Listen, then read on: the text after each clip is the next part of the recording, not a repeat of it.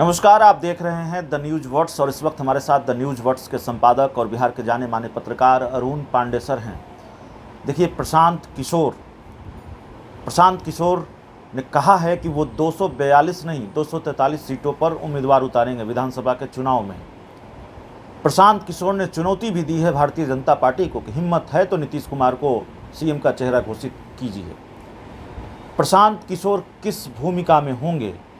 243 सीटों पर उम्मीदवार उतारेंगे। नुकसान किसका बड़ा होगा? इंडिया का होगा, एनडीए का होगा, बीजेपी जेडीयू का होगा या आरजेडी कांग्रेस का होगा? इन सबको समझने की कोशिश करेंगे हम सर के जरिए।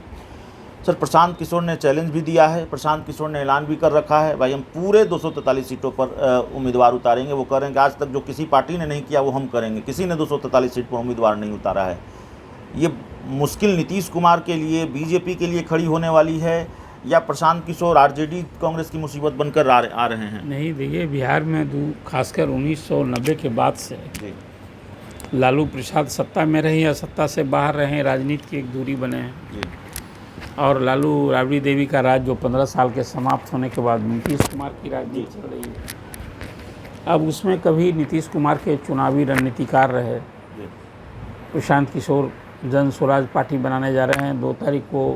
2 अक्टूबर को उस पार्टी की घोषणा होगी। और आपने ठीक ही कहा, प्रशांत किशोर ने सभी 243 विधानसभा सीटों पर अकेले अपने बूते चुनाव लड़ने की ठानी है, उन्होंने घोषणा कर रखी है। आज तक लालू प्रसाद या नीतीश कुमार कभी सभी 243 सीट पर चुनाव अकेले नहीं लड़े। तो ये जब चुनाव नीतीश कुमार और लालू प्रसाद की से राजनीतिक मुक्ति का ये अभियान है और इसमें यदि वो चुनाव लड़ने की तैयारी कर चुके हैं तो नेचुरल है कि दोनों का खेल बिगड़ेगा। पहले तो जो सत्ता में है, नेचुरल है कि नीतीश कुमार की राजनीति, एनडीए की राजनीति प्रभावित होगी। और फिर राजद जो सत्ता में आने के लिए लालसा पाल रखा है, तेजस्वी मुख्यमंत्री के दावेदार हैं, तो नेचुरल है कि उनके लिए भी प्रशांत किशोर का इस तरह से राजनीति में कूदना तो उनके लिए भी परेशानी होगा। और परेशानी तो राजद ने अपनी बेचैनी भी दिखा दी। आपने देखा कि प्रदेश राजद के अध्यक्ष जगदानंद सिंह ने पार्टी कार्यकर्ताओं के नाम खुली चिट्ठी लिखी और बताया कि ये प्रशांत किशोर की पार्टी है। प्रशांत किशोर पांडे जी की जो पार्टी है जन स्वराज पार्टी, ये बताया उन्होंने कि ये भाजपा की बी टीम है, भाजपा से वित्त संपोषित है। और अपने कार्यकर्ताओं को सावधान किया कि इसका आप सदस्य बन रहे हैं, ये गलत है, मत बनिए। और आधा दर्जन कुछ लोगों के खिलाफ कार्रवाई भी कर दी राजद में। तो ये कहीं ना कहीं जन स्वराज से जो घबराहट है वो तो अब साफ दिखने को लगी है। अभी कल मैं देख रहा था कि जदयू के एक प्रदेश सचिव हैं, जमुई से जुड़े हुए, जमुई से, उन्होंने भी कल अपनी पार्टी छोड़ दी और जन स्वराज से जुड़े हैं। तो अब तो ये सिलसिला चल पड़ा है। पिछले दिनों पूर्व मंत्री जो मुंगेर से सांसद रहे हैं मुनाजिर हुसैन, उन्होंने भी जन स्वराज के लिए कार्यक्रम किया और वो भी जुट गए हैं। अब तो सिलसिला ही चल पड़ा है अभी। हालांकि प्रशांत किशोर की जो रणनीति है, चुनावी रणनीति जो हम लोग समझ रहे हैं, उसमें कोई नामचीन नाम पर वो बहुत लालायित नहीं है कि सभी लोगों को जोड़ें। वो सब जगह अपना एक संगठन, आप जानते हैं कि सैकड़ों की संख्या में, 1 दर्जन से अधिक पूरे प्रदेश में उनके केंद्र चल रहे हैं। और उसमें सब वेल पेड, जिसको कहिए कि सैकड़ों की संख्या में उनके जो पेड वर्कर्स जिसको कहते हैं वो अभी सक्रिय है। घर घर जाकर, गांव-गांव जाकर पदयात्रा जहां प्रशांत किशोर कर पहले उनकी टीम जाती है। अभी रुपौली में मेरी जानकारी है कि वहाँ शंकर सिंह जो निर्दलीय जीते हैं, वहाँ प्रशांत किशोर की भी भूमिका थी। प्रशांत किशोर का परोक्ष समर्थन था और उनके कार्यकर्ता वहाँ पूरी ताकत से लगे हुए थे।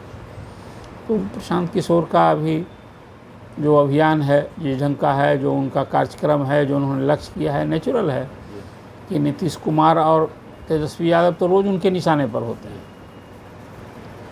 और बीजेपी पे आज ही मैंने देखा, अभी वो नीतीश कुमार की जो राजनीति है, भाजपा जिस ढंग से निर्भर हो गई है, नीतीश कुमार के नेतृत्व में अगला चुनाव लड़ने की भी घोषणा कर दी है।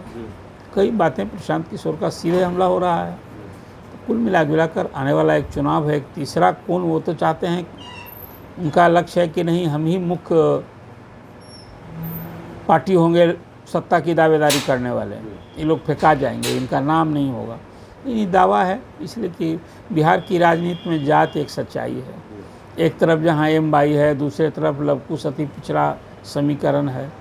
हालांकि अभी अल्पसंख्यकों पर बड़ा पेनिट्रेट कर रहे हैं प्रशांत किशोर, मैं देख रहा हूँ। उस इलाके में गए, अच्छी खासी भीड़ जुटी और अच्छी खासी संख्या में अल्पसंख्यक वर्ग से और खास राजद के भी कार्यकर्ता जुट रहे हैं। तो कुल मिलाजुलाकर अभी तो साल भर चुनाव में है, लेकिन 2 अक्टूबर को पार्टी लॉन्च होने के बाद प्रशांत किशोर का नेचुरल है कि वो अभियान और तेज होगा और ये सारी पार्टियां जो चाहे वो नीतीश कुमार हो, लालू प्रसाद की राजनीति हो, निशाने पर होंगे। तो प्रशांत किशोर कितना खेल किसका और बिगाड़ते हैं क्वांटम में भी बात कर रहा हूँ, लेकिन सभी 243 सीट पर जब उनके उम्मीदवार होंगे तो जिस तरह से पिछले चुनाव में 2025 के चुनाव में चिराग पासवान ने नीतीश कुमार का खेल बिगाड़ा था, तो प्रशांत किशोर की तो भूमिका होगी ना। सीट जितनी ही मिले, चिराग को तो एक ही सीट मिली थी, लेकिन खेल तो बिगाड़ दिया 40 से अधिक सीट पर नीतीश कुमार का। कुछ एनडीए की को भी हानि हुई थी। तो प्रशांत किशोर की पूरी जो तैयारी है नेचुरल है कि इससे चाहे वो सत्तासीन पार्टी है वो या सत्ता में आने के लिए उतावली पार्टी है, दोनों का राजनीतिक खेल बिगड़ेगा, इतना है। चलिए, इस पूरी रिपोर्ट में इतना ही। बहुत बहुत धन्यवाद।